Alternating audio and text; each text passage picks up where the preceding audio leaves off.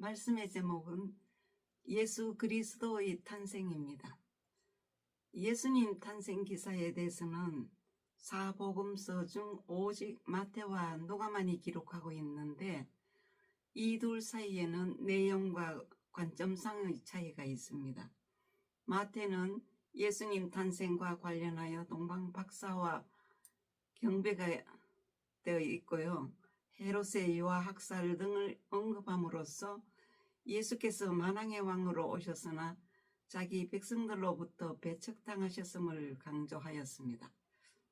이에 반해 누가는 마구간에서 탄생하신 예수님과 천사들의 찬송, 목자들의 경배를 다룸으로써 예수께서 비록 낮고 천한 모습으로 이 땅에 오셨으나 근본적으로는 천사들과 인간들로부터 경배받기에 합당한 메시아이심을 강조하고 있습니다. 그래서 마태복음 2장 1절에서 3절 23절까지는 예수님의 탄생 이후 일어난 사건들, 동방박사들의 방문, 헤롯의 위협, 이집트 피신, 나사렛 기한이라는 일련의 흐름을 보여줍니다. 오늘 본문 말씀은 누가복음 2장 1절에서 20절입니다. 읽겠습니다. 그때에 가이사 아구스토가 영을 내려 천하로 다 호적하라 하였으니 이 호적은 구레뇨가 수리아 총독이 되었을 때에 처음 한 것이라. 모든 사람이 호적하려 각각 고향으로 돌아가매 요셉도 다윗의 집 족속이므로 갈릴리 나사렛 동네에서 유대를 향하여 베들레헴이라 하는 다윗의 동네로 그 약혼한 마리아와 함께 호적하려 올라가니 마리아가 이미 잉태하였더라. 거기 있을 그때에 해산할 날이 찼어 첫 아들을 낳아 강보로 싸서 그 위에 누웠으니 이는 여관에 있을 곳이 없음이라. 그 지역의 목자들이 밤에 밖에서 자기 양떼를 지키더니 주의 사자가 곁에 서고 주의 영광이 그들을 두루 비추매 크게 무서워하는지라. 천사가 이르되 무서워하지 말라. 보라, 내가 온 백성에게 미칠 큰 기쁨의 좋은 소식을 너희에게 전하노라. 오늘 다윗의 동네에 너희를 위하여 구주가 나셨으니 곧 그리스도 주시니라. 너희가 가서 강보에 사여 그 위에 누워있는 아기를 보리니 이것이 너희에게 표적이니라 하더니 호련히 수많은 천군 천사와 함께 하나님을 찬송하여 이르되 지극히 높은 곳에서는 하나님께 영광이요 땅에서는 하나님이 기뻐하신 사람들 중에 평화로다 하니라. 천사들이 떠나 하늘로 올라가니 목자가 서로 말하되 이제 베들레헴으로 가서 주께서 우리에게 알리신 바 이 이루어진 일을 보자 하고 빨리 가서 마리아와 요셉과 그 위에 누인 아기를 찾았어. 보고 천사가 자기들에게 이 아기에 대하여 말한 것을 전하니 듣는 자가 다 목자들이 그들에게 말한 것들을 놀랍게 여기되 마리아는 이 모든 말을 마음에 새기어 생각하니라. 목자들은 자기들에게 이르던 바와 같이 듣고 본 그 모든 것으로 인하여 하나님께 영광을 돌리고 찬송하며 돌아가니라. 오늘 본문 말씀입니다. 누가복음 2장 1절에서 3절까지를 보게 되면 역사의 무대에 올려진 하나님의 이야기라고 말합니다.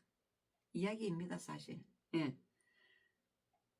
다시 한번 1절입니다. 그때에 가이사 아구스토가 영을 내려 천하로 다 호적하라 하였으니 이 호적은 구레뇨가 수리아 총독이 되었을 때에 처음 한 것이라. 모든 사람이 호적하려 각각 고향으로 돌아가매 이 말씀은 그 당시에 로마 제국의 권력과 하나님의 섭리의 대조입니다. 아구스토라는 사람은 옥타비아누스인데 로마 제국의 평화의 황제로 불렸습니다. 하지만 누가는 인간 제국의 권력 위에서도 역사하시는 하나님의 손길을 드러냅니다. 그리고 황제의 조서 때문에 요셉과 마리아가 베들레헴으로 이동하게 되는데, 이것은 미가서 5장 2절의 예언의 말씀이 성취되도록 인도하시는 장면입니다. 미가서 5장 2절 보겠습니다. 베들레헴 아브라다야, 그는 옛 지명이고 너는 유다 족속 중에 작을지라도 이스라엘을 다스릴 자가 네게서 내게로 나올 것이라. 그의 근본은 상고의 영원에 있느니라는 성취된 사건입니다.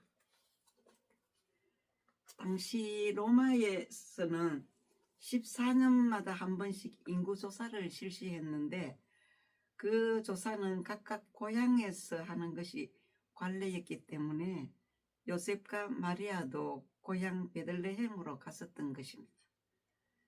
예수께서 베들레헴에서 나신 것은 선지자 지금 방금 읽어드린 미가서의 메시아 예언입니다. 그래서 하나님의 구원은 역사 바깥이 아니라 실제 정치적, 사회적 현실 속에서 진행됩니다. 복음은 신화나 전설이 아닌 실제 시간, 실제 인물, 실제 제국의 명령 속에서 탄생한다는 점을 강조합니다. 그리고 예수님의 탄생 소식을 알게 되었던 천문학 박사님들은 동방에서 박사님들이 오셨기 때문에 동방박사라고 합니다. 그는 성경에 기록되어 있지 않지만 그렇게 말합니다. 동방이라는 곳은 이란 지역 우르미에서 별을 보고 찾아오셨다고 해서 동방박사들입니다.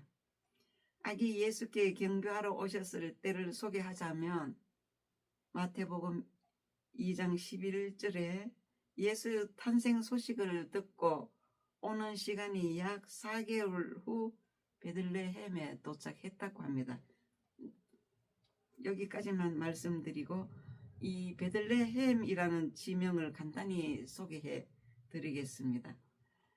에브라다는 베들레헴이 위치해 있고 다윗이 태어난 지역의 이름입니다.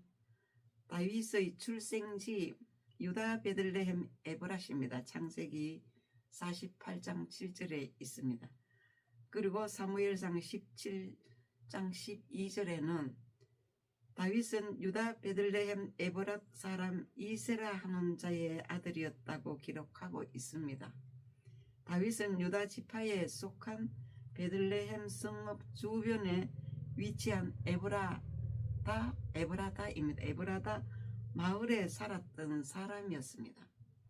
그리고 베들레헴은 빵 굽는 집, 떡집이라는 의미입니다. 많이 들어보셨죠? 에브라다는 열매가 풍성하다는 뜻을 가진 곳이랍니다. 참 신비스럽게도 이러한 지명에 걸맞게 전 인류에게 생명의 양식을 제공하실 예수께서 이곳에서 출생하셨던 것입니다. 에브라시란 성은 베들레헴을 포함한 넓은 지역을 말합니다.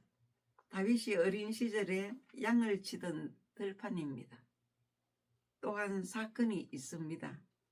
라헬이 에브라길에서 베냐민을 낳고 주고 장사되었던 곳이기도 합니다. 창세기 35장 16절에서 20절을 기록하고 있습니다. 여기까지 예수 그리스도의 성탄 소식을 간략하게 말씀드렸습니다. 누가복음 2장 4절에서 7절까지 보게 되면 낮고 낮은 곳에 오신 메시아입니다. 4절입니다. 요셉도 다윗의 집 족속이므로 갈릴리 나사렛 동네에서 유대를 향하여 베들레헴이라 하는 다윗의 동네로 그 정혼한 마리아와 함께 호적하려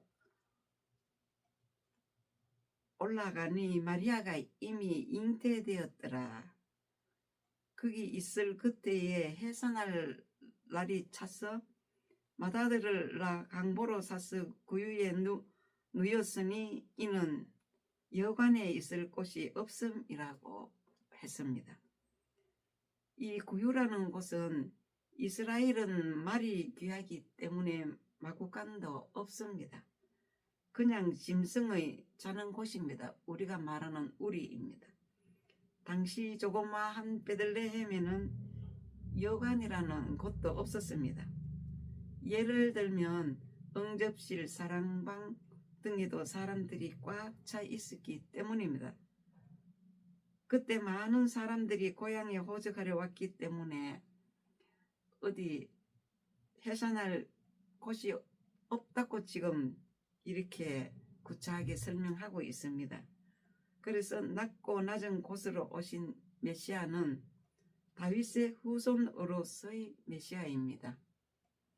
요셉이 다윗의 집 족속이라는 언급은 예수님이 다윗의 왕권을 잇는 참된 메시아임을 분명히 합니다. 오늘은 여기까지 말씀드리고 다음 시간에 말씀 이어가겠습니다.